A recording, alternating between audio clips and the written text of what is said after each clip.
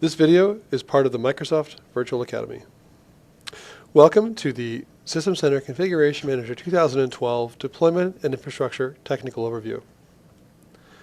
In this session, we are going to cover the deployment and configuration of the Configuration Manager 2012 infrastructure from three main perspectives: simplification, infrastructure, and administration. When we talked about Configuration Manager 2012 from an engineering commitment perspective, we had to make some promises to our commitments. The first was around the infrastructure.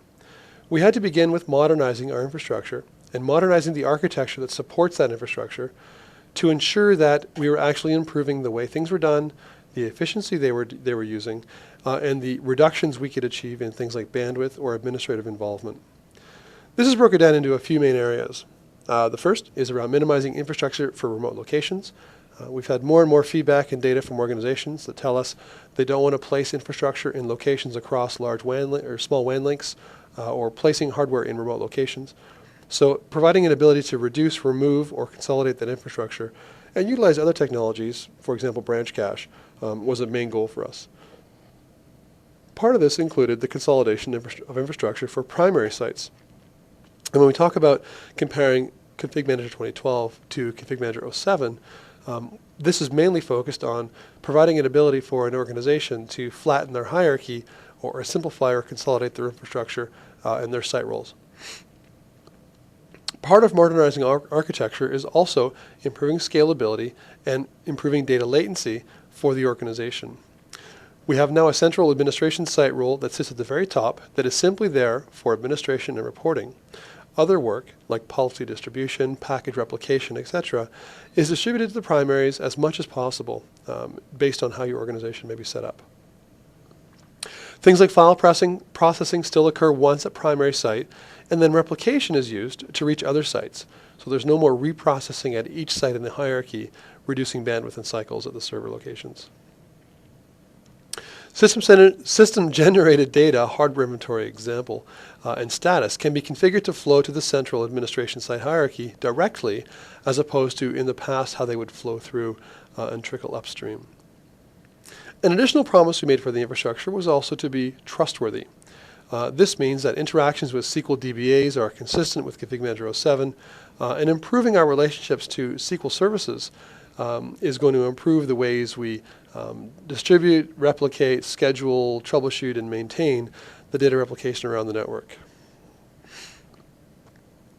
So we thought we'd talk about this from a few different examples. And here is a consistent example where we are using different types of hierarchy definitions. We have one central site, we have three primaries, and then off of each primary we have some secondaries that even have tiered primaries below them, as well as distribution points connected to those. When we think about this from a Config Manager 2012 perspective, what we're trying to achieve is a view that's much more like this. One CAS, two primaries, and then a secondary hanging off each of those with its own distribution point. And when you think about the ways this could be achieved, there's a lot of stuff that has to happen under the hood to be able to simplify an architecture model from what we just saw to this view. So the question that's very popularly asked is, well, when would I need a primary site? And when we think about when we want a primary site, there are about 4 or 5 main reasons that a primary site would be defined as needed in an organization. The first is scale. Even though with Config Manager 2012, we moved to more than 100,000 clients per site for primary site, we still have organizations going north of that, and they may need multiple primary sites to that effect. We want to maybe have some disaster recovery implementations for reducing the impact of primary site failure. We may have requirements for local points of administration for different locations geopolitically, and that also feeds the political reasons or geopolitical boundaries that sometimes organizations find themselves in.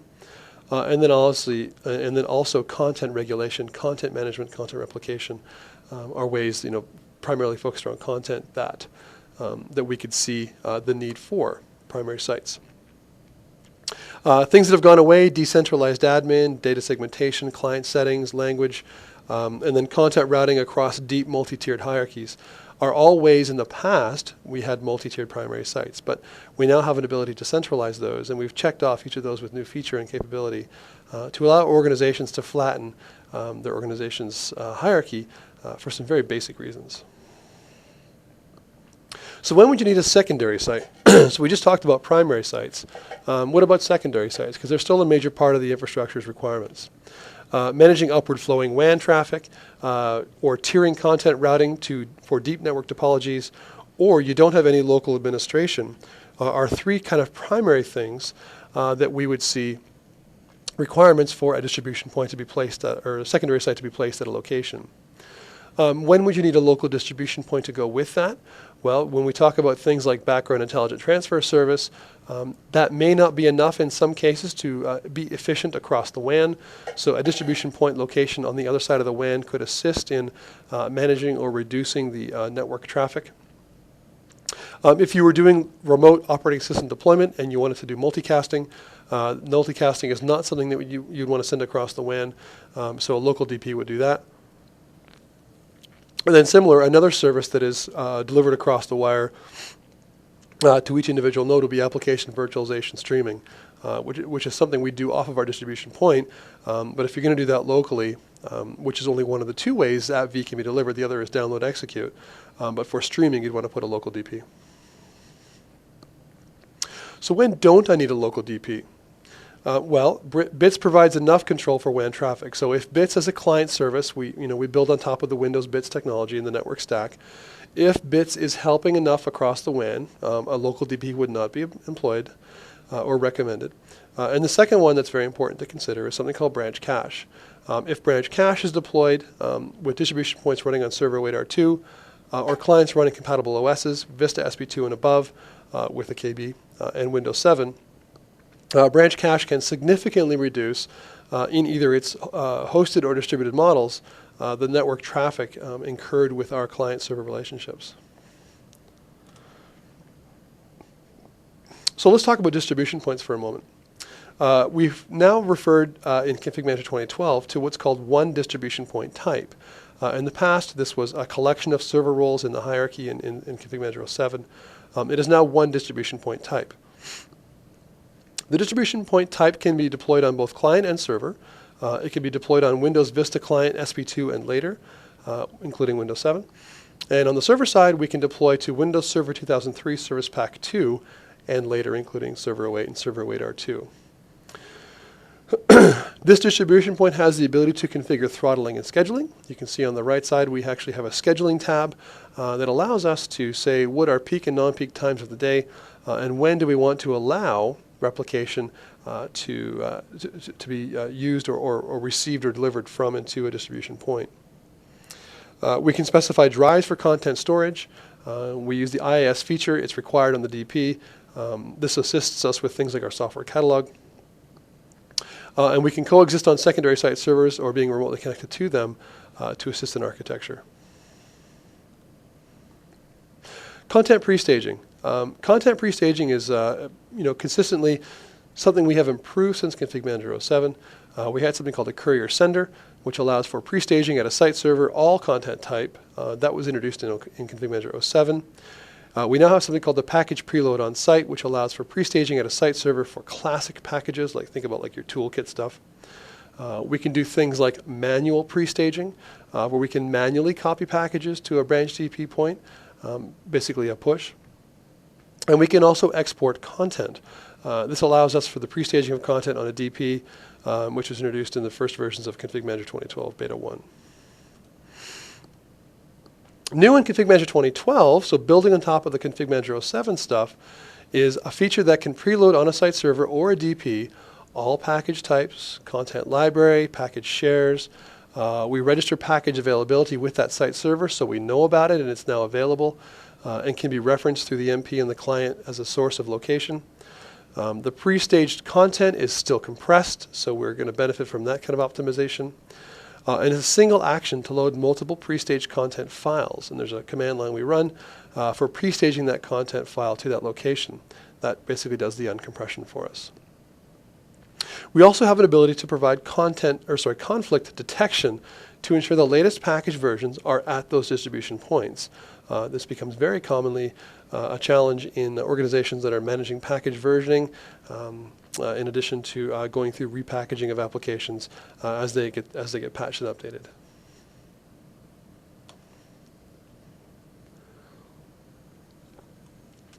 So we also want to talk about minimizing the infrastructure supporting those remote office locations. And so we're going to talk about this in a few ways. Here is an example called the Woodgrove Bank, and this is their company profile. And you can see here we've got an interest in doing remote office optimization. So we have a Chicago Metro office where we have one administrator with other IT responsibilities, limited day-to-day use, so that person is busy but doing other things. We have roughly 50,000 clients, and we run weekly inventory and deploy software and software updates to that location. As we go through what's called remote office optimization, the corporate campus, which is a primary site of 48,000 clients, has a local SQL server, has server roles like management point, distribution point, 5 of those, fallback service point, service location point, software update point, etc., are all there. The sales offices only have 15 clients, good connectivity, and also have employed branch cache. A district office is a secondary site in this example. 1,500 clients, managed up and down WAN traffic. They've got SQL Express running out there, and the server roles they have are an MP, so management point, distribution point, software update point, and a PMP. We've also got a processing center where there's a distribution point with throttling and scheduling for 485 clients. So a smaller location, very focused on a certain role of organization. And we manage downward flow of content over the WAN to that location. Then finally, we have a London primary site, 50,000 clients, inventory class reporting at the collection level, and administrative segmentation for the servers handled with a different group. So as we talk about forest and boundary process flow, let's just talk about how the forest and boundaries are processed with things like discovery for an organization. So you can see here we have engineering.contoso.com. Their discovery runs on Contoso in North America. Engineering is a domain in Hawaii, and they have some different subnets there. And as you think about the boundaries, they've got a North American boundary, a Hawaiian boundary, and then they have actually 3 IP-based boundaries. And you can see the different boundary groups that are defined there. And then in the bottom table on the right, the boundary group purpose is site assignment with content, or some of the smaller locations like Chicago's 10x and 11x, or the St. Louis 12x site are purely just for content distribution. So what's new in Config Manager 2012 for forest discovery, something that is a very important part of a Config Manager deployment? The first is that we are discovering site forests and trusted forests. Sorry if you had a visual pop there. We can manually add forests that are not trusted, so we can do some federation. We can also include forests for a perimeter network if we're doing internet-based, and we support both publishing and discovery in those examples. Discovery for us returns the following information. We receive domain information, IP subnet information, as well as the AD site information from those locations. And we support now something called boundary creation. This can be automatic or manually done either at initial installation or migration, or later on as network topology evolves. Boundaries. So a little bit about boundaries. We have retained the same boundary types as Config Manager 07. So the ones you're used to seeing, like Active Directory site, IP address range, IPv4 subnet, and IPv6 prefixes, have been there, but we've also simplified the management of boundaries in Config Manager 2012. We can create boundaries as part of forest discovery during install. We can enable Active Directory forest discovery and simply let the product do the work for us. We can also separate client assignment and content lookup, so we can allow site assignment to be done with one boundary definition and content lookup done with another. We've added something called boundary groups to keep boundaries organized in logical containers that are easily managed, administered, and controlled. And the boundary groups are the primary object for client assignment and content lookup, not the boundary. So we're simplifying the process for how a boundary and a client relate to each other when they do things like content search and content lookup. We automatically create a boundary group and associated boundaries from 07 sites during migration. So if an organization is moving from Config Manager 07, they've probably at this point already achieved a fairly robust search and configuration of their boundaries. We can consider that a migration base for us.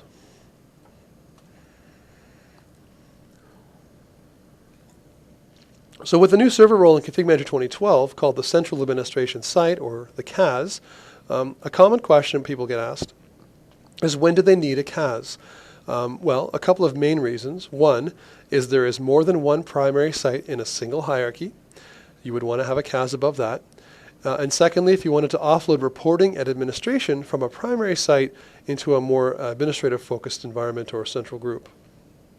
One migration consideration to make is the CAS must always be installed on new hardware.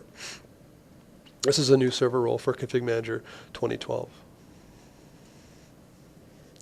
So continuing on discussion of delivering the promises, we also want to talk about minimizing infrastructure to support unique settings and policies.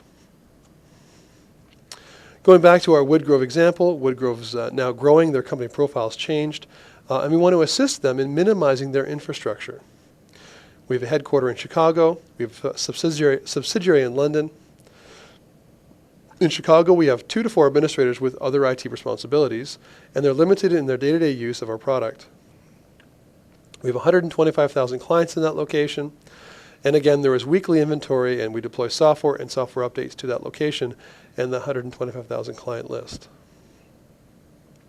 The Chicago campus has 75,000 clients. The London office has 49,500 with 500 servers. So the breakdown would be the following. Chicago would have the CAS. There'd be no clients to that MOX, to that CAS site role. Administration and reporting for hierarchy would be there as well as administrative segment for HR clients. So we'd have a separate location there for HR. Chicago would have 2 primary sites, primary 1, primary 2.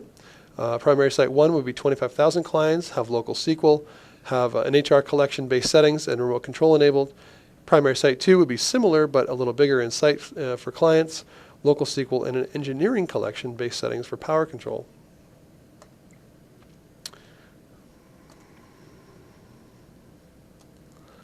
The London primary site, 50,000 clients and an inventory class reporting at the collection level and an administrative segment for servers as one example. So one of the big investments we've made in Config 2012 is increased investments with SQL Server.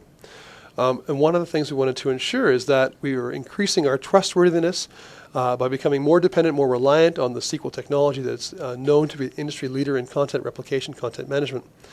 And one of the things we had to do was ensure that our interactions with SQL were consistent with Config Manager 07. So at the very least, we had to do what we were already doing a great job at. But where we could improve, we wanted to take advantage of the new elements of SQL. Configuration Manager administrators can monitor and troubleshoot new replication approaches independently of the SQL environment. So we wanted to make sure that Configuration Manager was utilizing a lot of the SQL operations and bubbling those up in the console as reports and alerts wherever possible. One of the recommendations is 1 Config Manager site per SQL Server instance. That's a requirement for us. All database communications are encrypted, so we have a security level there, increasing our trustworthiness. And TCP/IP ports for service brokering are clearly defined and worked with on the security groups.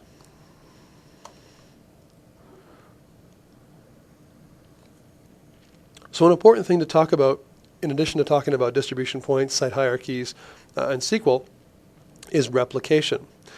We have different types of data that gets replicated: global data, site data, and just content. Global data is created by administrators, site data is created by the system, and then content is a subset of all of that, things like software packages, installation source, software updates, boot images. And this table kind of clarifies some examples and the type of replication that is used for that type of content or that type of data. You can see here things like global data, which are the infrastructure bits like collection rules, package metadata, software update metadata, the back-end information, that's all based in SQL. The data is found in the CAS in all primary sites and secondary sites.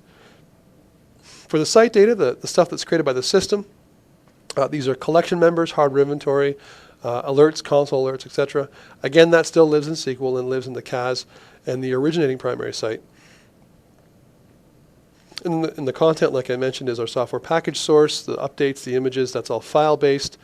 So still consistent with 07 there, and is kept at the primary site, secondary site, and DPs. Note there that is not kept on the CAS. Okay, so let's talk about SQL replicated data types. Global data examples would be things like collection rules, package data, program metadata, deployments, configuration item metadata. You can think about anything at that level that is an example of global data applications, etc. And then site data examples could be collection membership results. You can see here it's not just the metadata but the actual results. Alert messages, hardware and software inventory, metering, asset intelligence and CAL tracking, client access license tracking data, status messages of clients, software distribution status details, status summary data, component and site status summarizers, client health, data and history, wake on land information, and quarantine client restriction history from NAP would be site-specific or site data examples. So here's a conceptual model of how a CAS could be set up with some global data, and then we'll talk about how the different types of data flow through. So we have a CAS in Texas based in a city called Keller. Then we have sites in Amarillo, Canyon, and Hereford. And we also have a site over in Germany in Baumholder. The global data will be available at the CAS, as well as all primary sites. So collection rules, package metadata, deployments, and security scopes would all be kept beginning with Texas and Keller. And then we'd have global data subsets of that out in Amarillo, Canyon, and Hereford. And package metadata and status would be located there, as well as program metadata. Site data would be available at the CAS, replicating to the primary sites like inventory, status, and collection membership results. And that would move up from Germany to the CAS in Keller, as well as from Amarillo up to Keller. Content. Content is things like software packages, software updates, operating system images. This would flow downstream from the CAS through the primaries to the secondaries. And so this would be available where content has been distributed to a DP and would flow downstream.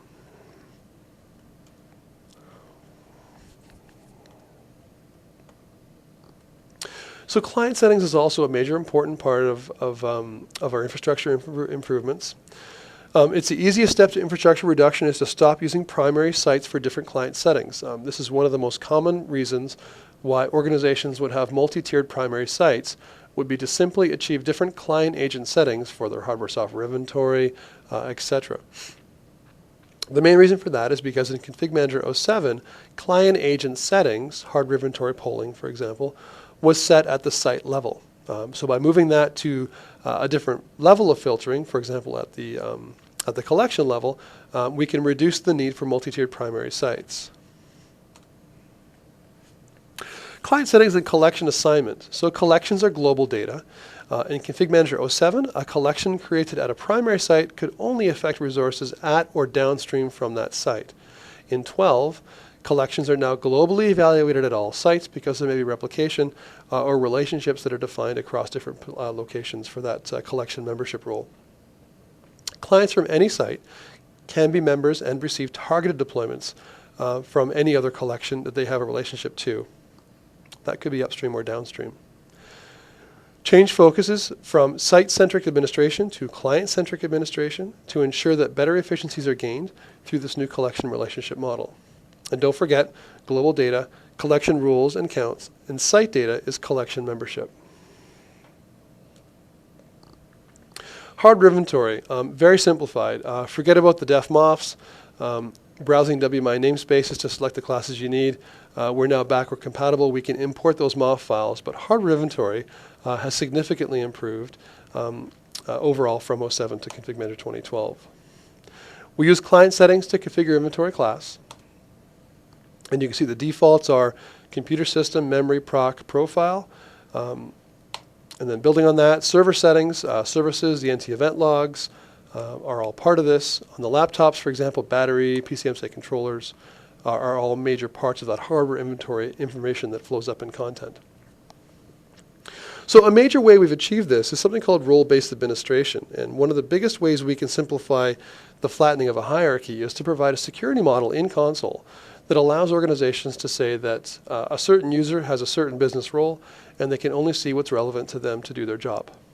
So role-based administration allows the mapping of what we call organizational roles of administrators to security roles.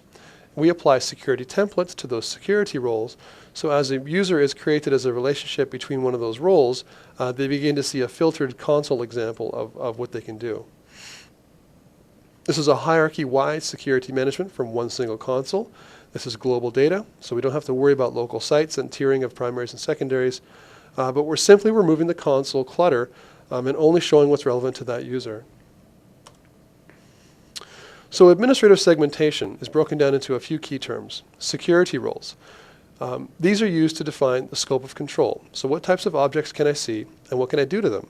So for example, as we've written here, the Software Update Manager role gives rights to read and deploy collections and software updates for different types of locations in the organization.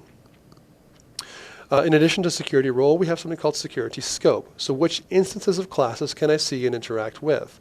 So we know the role and we know the locations, but what about what we can do against them? So object class instant rights. And then finally collections. What resources can I interact with? And that could be geopolitical, that could be functional. Collections are defined in many different ways by organizations. But the administrative segmentation is based on these three primary terms: security role, security scope, and collection. So to give you an example, we've got a scenario here. Meg is wishing to distribute a package to all of her EMEA users in the West region. She's a central administrator. She can create and distribute packages. And we have a France and an England primary site. Over in France, we have Louise, who is a French administrator who manages the French collections and creates advertisements for the French collections. And then in the UK, we have Anthony, who is an English administrator. That's his role defined, and he has English collections and create advertisements for English collections. So Meg can actually see those and control that flow down to them. In 12, when we do RBA, Meg wishes to do that same activity, and just building this out. Meg can create and distribute applications to the CAS, and then that will flow. And as we build out, Louis can see the French collections and create deployments for the French collection from that same CAS.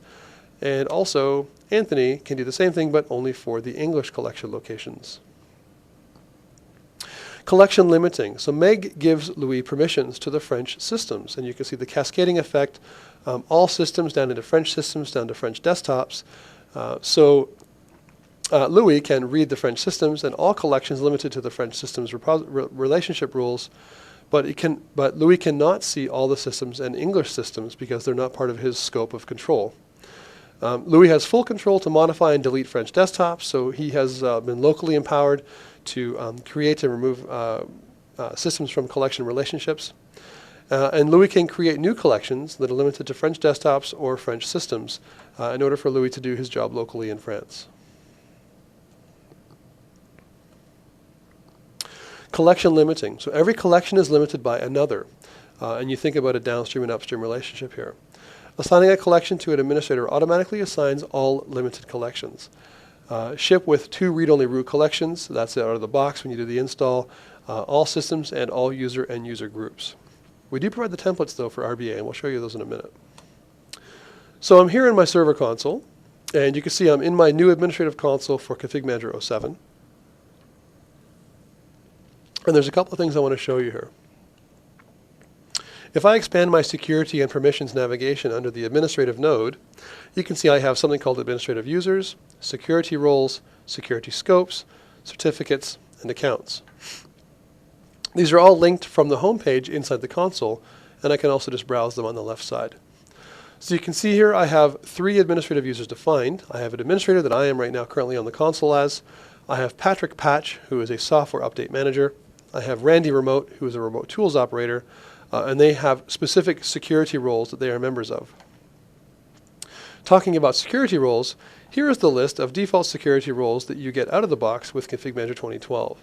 These 13 roles are provided inside the installation, and these were directly based on feedback from our early adoption customers about how they wanted to define their administrative roles and scope of control within their organizations. Within each of these, we can simply right-click, and we can look at the properties to show you the object class and instant rights. By going to the Permissions tab, You can see on this property page, we have abilities to expand out and view the different rights and object class instant rights we have against certain areas of the product. For example, I've just expanded the application experience here, and I have a yes because I'm administrator on this template I'm viewing properties of. I have abilities to approve, create, delete, modify, etc. Everything for applications, for collections, it's all a yes in this case. If I jump down to the remote tools operator role and go to the properties again, if I go to the permissions here, you'll see it's very different. I have a very limited list of permissions allowed for me, basically on collections, and I have a yes for all of those, but that's it. I couldn't see the other elements of object classes I could control. You can also create custom security roles.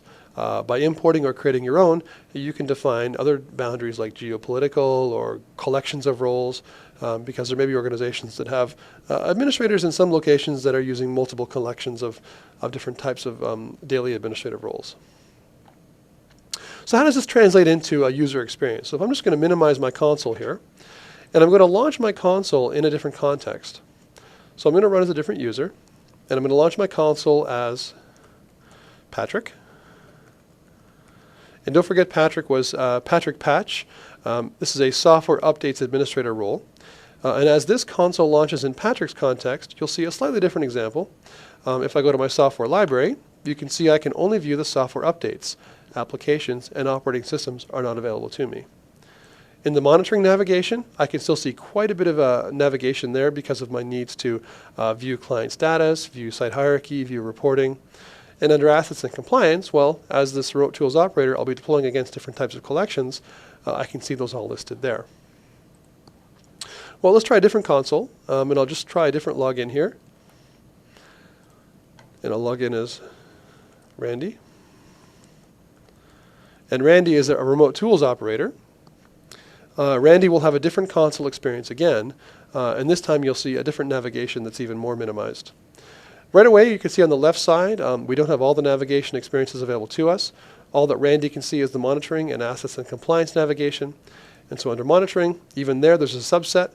We can only see some of the abilities for him to see status on the elements of his role. But then he also has to see that across the different collections. So he still has a complete view of assets and compliance where all the collections are listed. So that's just two examples of how we can limit the view. And I also showed you how we can actually customize, define, and view the different rights that those different roles can have.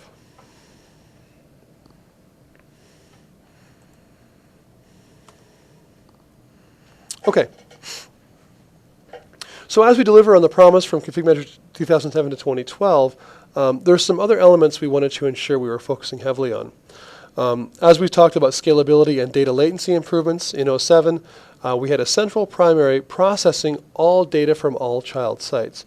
This was heavy on the network, heavy on the servers, and there was a lot of redundant processing happening that could be removed. So now we have in 2012 a central administration site, the CAS, where no data processing happens. Another promise we've made is consolidating infrastructure for primary sites.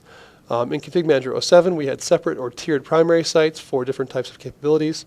And in Config Manager 2012, we now have abilities to define things at a collection level, as well as provide new security capabilities like role-based administration and admin segmentation to allow organizations to flatten their hierarchies. And then a final promise we were talking about today was minimizing infrastructure for remote offices. In Config Manager 07, that was delivered through secondary sites, branch DPs, or standard distribution points. In Config Manager 2012, that is now secondary site recommendations or distribution points with throttling and scheduling, or the full distribution point, or even just using branch cache. And so as you think about our migration from Config Manager 07 to Config Manager 2012, you can see some significant things in the right column of this table that we have achieved in order to deliver on some of these promises.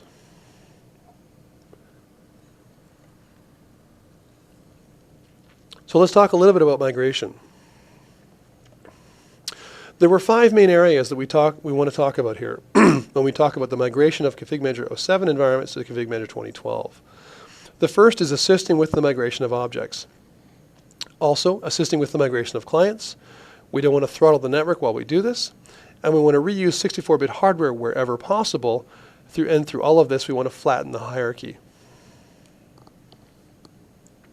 So to do this, we have a built-in migration capability in Config Manager 2012, and we have some migration types of jobs we can achieve or deliver through the installation. The first is object migration, and this would be things like migrating collections, packages, boundaries, rules, as well as collection-based migration. So we can be selecting a specific collection and migrate the associated objects of that collection in a very explicitly controlled and targeted fashion. We also have content functionality, so the reuse of existing Config Manager 07 content, and we achieve this through something called distribution point sharing, allows Config Manager 07 distribution points to behave and interact in a Config Manager 2012 environment while still managing Config Manager 07 clients. We also, thirdly, support the importing of Config Manager 07 inventory MOV files to assist organizations in getting their history and their inventory pulled across to the 12 environment. The system requirements, based on components, we have site servers and site roles. We have the database level of componentry. We have distribution point level, as well as client. And then on the right side, you can see a heavy parallel to the Windows supported platform roadmap. You can see basically all of these supported platforms from Windows are listed, but we do have variations between the components of what operating systems can run for certain services. So assisting in preparing for Config Manager 2012, we're providing some advice and some early thinking now as organizations think about their Config Manager 2012 deployments, especially from the perspectives of what they have in Config Manager 07 today. Here are some key tips. First, where possible, try and flatten the hierarchy. This will be made possible with new functionality in Config Manager 2012, but where possible in 07, start to think about what could change and what kind of primary, secondary, or tiered primary sites could be consolidated, and what collections could become potentially even redefined. We would recommend that the considerations of Windows Server 08, 08R2, and SP1, as well as SQL 08, cumulative update 10 or above, as well as 64-bit architecture, are considered. These are requirements for us, and the earlier these can be adopted or planned for acquisition, the smoother the deployments will be. We would highly recommend the implementation of branch cache. This was introduced as a supported capability in Config Manager 07 SP2. Branch cache significantly reduces the network utilization by providing a shared cache experience between the end nodes, which Config Manager supports. Moving from web reporting to SQL reporting services, if this is something you've not investigated today, we would recommend the investigation of this today. To assist in the delivery of SQL reporting services moving forward, the earlier this knowledge can be gained, the better. Considering today, no matter what environment you're running, the segmentation of devices and users in your collections, and so thinking about collection relationships and getting much more explicit about who is a member of what collection will carry forward very well for Config Manager 2012. And then finally, getting away from drive letter mappings in things like package locations, moving towards more of a UNC path will carry a very good investment moving forward to 2012. So that's it. Thank you for joining us today on this session around the infrastructure and deployment and migration of Config Manager 2012. This has been delivered to you by the Microsoft Virtual Academy.